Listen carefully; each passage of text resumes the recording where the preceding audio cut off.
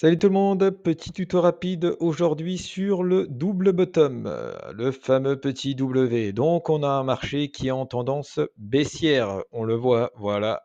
Et là, on a remarqué la création d'un W, du fameux double bottom. On trace une neckline, voilà. Là, on voit le breakout qui est fait. On casse la neckline. Et généralement, qu'est-ce qu'on attend? On attend un petit pullback. On fait un retour sur la neckline et là, généralement, on donne comme objectif un TP qui va être ici. Pourquoi cet objectif? Tout simplement, on prend la hauteur de notre double bottom et on la reporte vers le haut et on va se donner comme objectif cette hauteur, tout simplement. Alors, vous voyez cette forme qui se crée.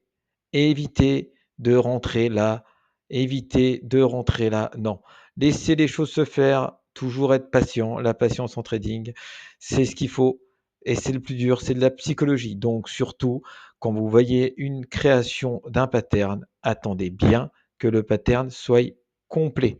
Pour les scalpeurs, la petite chose à jouer, que ça on apprécie, voilà, c'est juste pour un scalp, il faut déjà avoir un certain niveau, c'est qu'on va voir des fois, souvent, on va accumuler dans cette zone. On va accumuler avant la neckline.